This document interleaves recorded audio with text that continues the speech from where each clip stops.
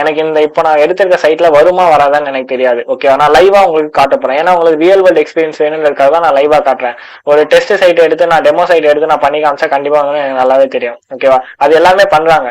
லைவா பண்றப்போ அது எப்படி நான் பண்றேன், அது எப்படி எல்லாம் பைபாஸ் அப்ளை பண்ண நீங்க நிறைய தெரிஞ்சுக்கலாம்.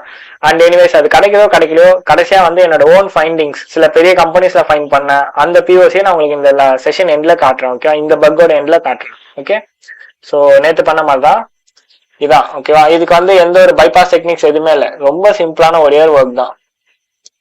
ஓகே ஓகே பண்ணலாம் நம்ம. ஸோ நான் ஃபர்ஸ்ட் என்ன பண்றேன்னா